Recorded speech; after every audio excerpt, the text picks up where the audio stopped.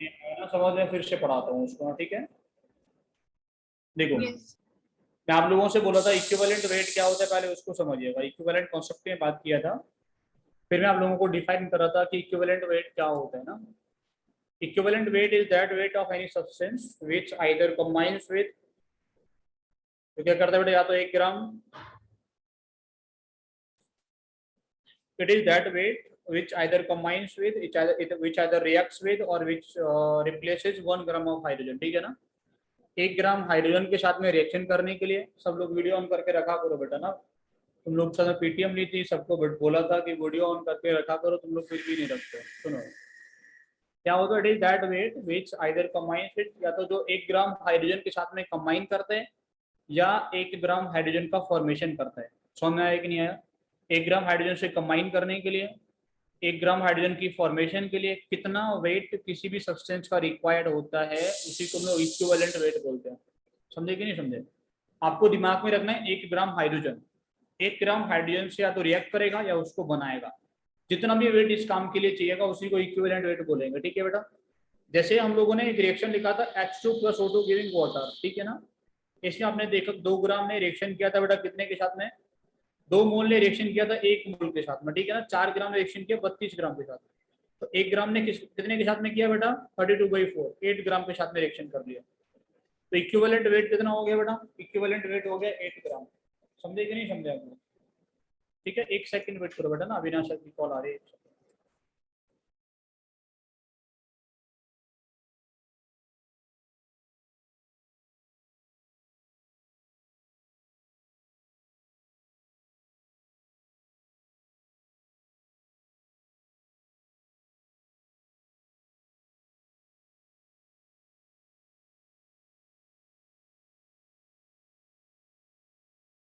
बड़े समझ में आ रहे हैं क्या बोला ना। Equivalent yes. वेट क्या होगा, वो वेट जो 1 ग्राम हाइड्रोजन का साथ रिएक्शन करेगा या 1 ग्राम का फॉर्मेशन करेगा। हेलो, हाँ सर।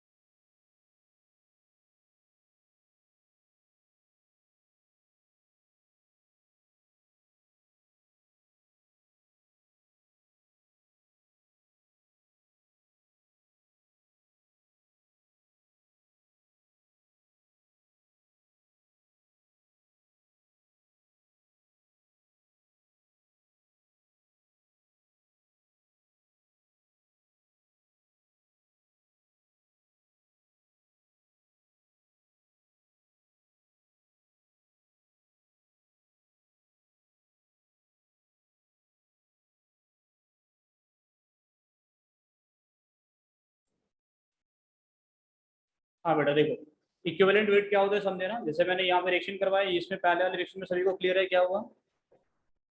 पर एक और रिएक्शन मैंने करवाया H2 + O2 गिविंग H2O2 अगर बनता है तो यहाँ पे 2 ग्राम ने कितने से रिएक्शन किया, 32 ग्राम से, है ना। तो 1 ग्राम कितने से करेगा, 32/2 से 16 ग्राम से किया, तो यहाँ पे इक्विवेलेंट वेट आया 16। मैं एक और रिएक्शन करवाया था Na का H2SO4 के साथ में, दैट गिव्स Na2H4 + H2। यहाँ पे H2 बना, रिएक्शन नहीं किया, H2 बना है, रिप्लेस हुआ है हाइड्रोजन, ठीक है। तो यहाँ आपने देखा 2 मोल ने बेटा 1 मोल, 2 मोल से 1 मोल बनता है, मतलब 2 मोल का मतलब 46 ग्राम हो गया सोडियम का। कितना बनेगा, 2 ग्राम। 1 ग्राम बनने के लिए कितना चाहिए, 46/2। इसका इक्विवेलेंट वेट आ गया 23। समझ में आ गया कि नहीं आ गया? मैं और भी रिएक्शन लिख यस देता हूँ सर। आप लोगों के लिए।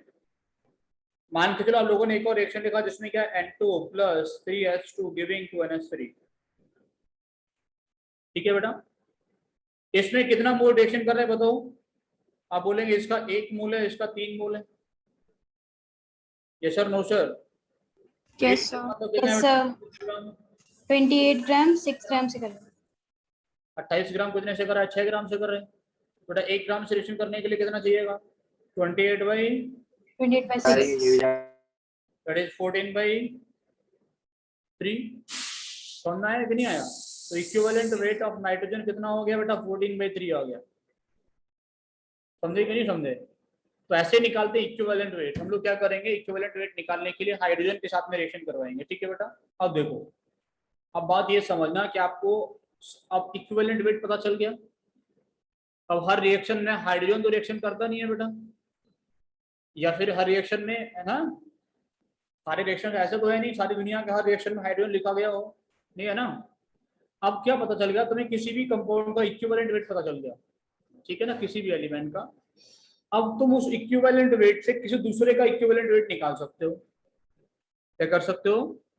तुम्हें जैसे पता चल गया है इक्विवेलेंट वेट ऑफ ऑक्सीजन कितना है बताओ, आपको पता चला 8 ग्राम, ठीक है ना, तुमने निकाला एक रिएक्शन में। अब तुम क्या कर सकते हो, उस ऑक्सीजन के हेल्प से किसी दूसरे का निकाल सकते हो। समझ में आया कि नहीं आया? तुम्हें पता चल गया एक रिएक्शन मैंने करवाया H2 plus Cl2 giving 2 moles of HCl। तुम्हें पता चला इसमें 2 ग्राम ने कितने से रिएक्शन किया बेटा? 71 ग्राम। 75। 71 बेटा, 35.5 होता 71 ग्राम होगा, ठीक है ना। 2 ग्राम ने कितने से किया? 71 ग्राम से रिएक्शन किया। तो बोलेंगे 1 ग्राम कितने से करेगा? बोलेंगे 71/2 से करेगा, 35.5 से करेगा। आपको पता चल गया इक्विवेलेंट वेट ऑफ क्लोरीन कितना है बेटा? 35.5 ग्राम है, ठीक है ना। अब तुम्हें सर इक्विवेलेंट वेट स्पेसिफिक रहते हैं। तुम्हें नाइट्रोजन का मिल गया, ठीक है ना। अब इनकी हेल्प से तुम किसी और का निकाल सकते हो। जरा क्या बोल रहे थे बताओ। सर ये जो इक्विवेलेंट वेट्स होते हैं ये स्पेसिफिक रहते हैं हर या फिर इक्वेशंस के लिए चेंज हो जाते हैं? बेटा ये रिएक्शन के हिसाब से चेंज हो सकते हैं, ठीक है ना। अब ऑक्साइड बनेगा तो फिक्स है 8 रहेगा।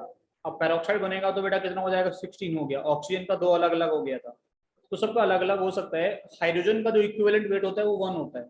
कितना होता है? 1 लिया गया है हाइड्रोजन का, उसके रेस्पेक्ट में किसी दूसरे का कैलकुलेट किया गया, ठीक है ना। अब तुम क्या कर सकते हो, तुम लोग निकाल सकते हो कि वो वेट जो क्लोरीन के कितने वेट से रिएक्शन करेगा बेटा? 35.5 ग्राम से रिएक्शन करेगा, उसको भी इक्विवेलेंट वेट बोलेंगे। जो ऑक्सीजन के कितने से करेगा बेटा? 8 ग्राम से करेगा, उसको भी इक्विवेलेंट वेट बोलेंगे। जो नाइट्रोजन के कितने से करेगा बेटा? 14/3 से करेगा, उसको भी इक्विवेलेंट वेट बोलेंगे।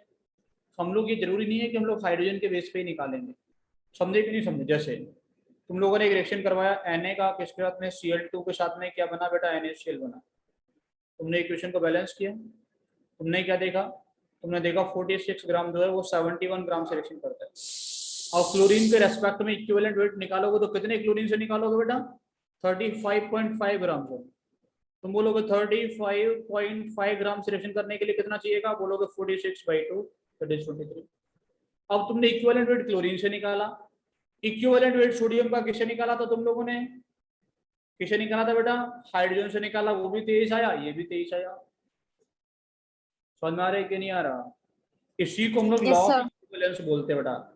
हमेशा इक्वल इक्विवेलेंट के साथ में ही रिएक्शन करता है। ये चीज आपको समझाऊंगा अभी। आप ये समझो कि हम लोगों ने अगर किसी का इक्विवेलेंट वेट निकाल लिया है तो हम लोग किसी के भी इक्विवेलेंट वेट से किसी दूसरे का इक्विवेलेंट वेट निकाल सकते हैं। समझ में आया कहीं है? आपको किसी Yes. का इक्विवेलेंट वेट मिल गया है, अब उसके इक्विवेलेंट वेट से किसी दूसरे का इक्विवेलेंट वेट निकाल सकते हो। जैसे मान के चलो मैग्नीशियम है बेटा, वो एक्शन करता है मैग्नीशियम ऑक्सीजन से तो यह बनाता है MgO बनाता है। कितना बेटा? 2 हो गया। आपको पता है मैग्नीशियम का एटॉमिक वेट कितना? 24 होता है। कितना हो जाएगा? 48 ग्राम। कितने से रिएक्शन करेगा बेटा? 32 ग्राम से। अब इक्विवेलेंट वेट ऑफ ऑक्सीजन कितना होता है? 8 होता है। तो आप निकालोगे 8 ग्राम से रिएक्शन करने के लिए कितना चाहिए? 12।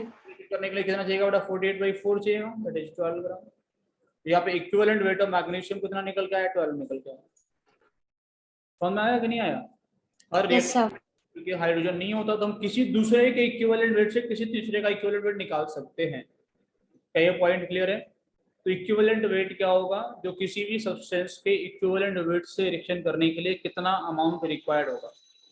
हम लोगों ने हाइड्रोजन से भी निकाला था, हम लोग ऑक्सीजन से भी निकाल सकते हैं, क्लोरीन से भी निकाल सकते हैं, फ्लोरीन से भी निकाल सकते हैं, किसी और से भी निकाल सकते हैं। जिससे तुम्हारा मन करे तुम उस एलिमेंट को पकड़ सकते हो, उसकी हेल्प से किसी दूसरे एलिमेंट का इक्विवेलेंट वेट निकाल सकते हो। ठीक है बेटा? तो आप लोग ये भी समझ रहे हैं कि इक्विवेलेंट वेट जो है वो कहीं ना कहीं मोलर मास को एक नंबर से डिवाइड करने से आ रहा है। यहाँ पे कितना आ रहा है बेटा? इसका मोलर मास कितना होता है? इसका मोलर मास होता है 24, ये होता है 24/2, है ना। इसका कितना होता है बेटा? 35.5 होता है, इसका वो 35.5/1। समझ में आया कि नहीं आया? सोडियम का कितना आया? सोडियम का आया 23, तो उसका कितना हो गया? एटॉमिक वेट कितना होता है? 23 होता है, 23/1। तो जो नाइट्रोजन का निकाले, नाइट्रोजन का एटॉमिक वेट कितना होता है 14, 14 को 3 से डिवाइड करके आया। समझा रहे कहीं यार? हर किसी के इक्विवेलेंट वेट को अगर मोलर मास से कंपेयर करें तो इक्विवेलेंट वेट में और मोलर मास में एक नंबर का डिफरेंस होता है ना। इक्विवेलेंट वेट क्या होता है बेटा? इक्विवेलेंट वेट जो होता है वो हम लोगों को देखने को मिल रहा है कि इक्विवेलेंट वेट जो है वो किसके इक्वल है बेटा? वो है molar mass upon n n factor. Factor. अब ये एन फैक्टर क्या होता है बेटा?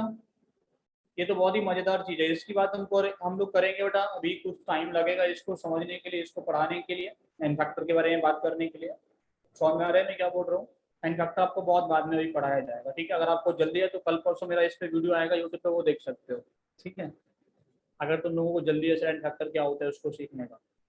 बाकी आप लोग को एन फैक्टर लेटर ऑन पढ़ाया जाएगा, अभी इसको पढ़ाने का टाइम नहीं। देख आप लोगों को कॉन्सेंट्रेशन टर्म पढ़ाऊंगा, कौन सा वाला? नॉर्मेलिटी। अभी नहीं पढ़ाया, जब नॉर्मेलिटी पढ़ाऊंगा तब आपको एन फैक्टर पढ़ाऊंगा, ठीक है ना। वहां पे एन फैक्टर का कैलकुलेशन स्टार्ट करूंगा और पूरा कहानी बताता हुआ चला जाता है।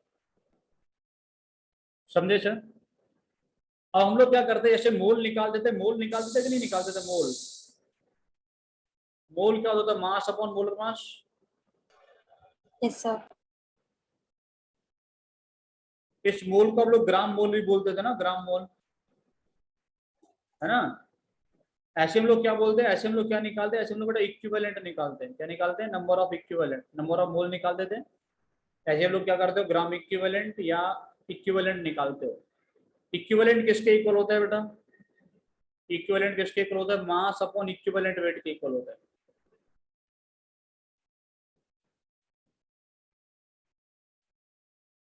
समझ में क्या बोल रहा हूँ? क्या होता है? ये होता है मास अपॉन इक्विवेलेंट वेट। जैसे मोल निकाला जाता है उसी की तरह इक्विवेलेंट भी निकाला जाता है, नंबर ऑफ इक्विवेलेंट, ठीक है ना। वो क्या होता है? Yes. Mass upon equivalent weight क्या होता है, और इक्विवेलेंट वेट क्या होते हैं तुम निकालना जानते हो? यस और no sir? Molar mass upon n factor. बिल्कुल। Molar mass upon n factor भी है। 1 ग्राम हाइड्रोजन सिलेक्शन करने के लिए कितना वेट चाहिए वो भी है। 8 ग्राम ऑक्सीजन सिलेक्शन करने के लिए चाहिए वो भी है। क्लोरीन से 35.5 से कितना चाहिए वो भी है। किसी तरीके से डिफाइन कर सकते हो, एक ही तरीका क्यों पकड़ना, ठीक है ना। अभी हम लोग बातें करेंगे बेटा लॉ ऑफ केमिकल इक्विवेलेंस की। लॉ ऑफ केमिकल इक्विवेलेंस, ठीक है बेटा। ये मैं आपको पढ़ाऊंगा नेक्स्ट क्लास में। अभी क्लास का टाइम हो चुका है बेटा, मुझे दूसरा क्लास भी लेना है। ऐसा ना हो तुम्हारे चक्कर में उनका लेट हो जाए, किसी के चक्कर में तुम्हारा लेट हो गया आज, ठीक है। बट ये हम लोग नेक्स्ट क्लास में डिस्कस करेंगे। आप लोग जहाँ से भी आपको मिल सकता है, जिन लोगों को तस्वीर का मॉड्यूल है आप लोगों के पास, सभी के पास ग्रुप में आ गया ना, Yes. वहां से आप लोग क्या करो, उसमें कहीं ना कहीं मिल जाएगा तुम्हें लॉ ऑफ केमिकल इक्विवेलेंस। उधर ढूंढना उसको कहाँ पे, उसको पढ़ना, ठीक है। अभी देखो सिर्फ और सिर्फ नयन ने क्वेश्चन सॉल्व किए हैं, आकांक्षा ने किए हैं, बाकी लोगों ने सॉल्व नहीं किए हैं। तो बाकी लोग क्या करो बेटा, क्वेश्चन सॉल्व करना स्टार्ट कर दो तक्षशिला के मॉड्यूल से। सब लोग एक टारगेट सेट करो कि सैटरडे तक लेवल 1 लेवल 2 आप लोग सॉल्व कर ही लोगे, ठीक है ना। 15 में क्या बोल रहा हूँ, लेवल 1 लेवल 2 का टारगेट सेट कर लो कि कम से कम वो तो आप लोग सॉल्व करोगे ही करोगे इस वीक में, ठीक है। उसके आगे नेक्स्ट सर सॉल्व करना है और भी चीजें करनी मैं बताऊंगा। हाँ बेटा बताओ। सर एक क्वेश्चन पूछना है। बेटा क्वेश्चन पूछना भी तुम नेक्स्ट क्लास में।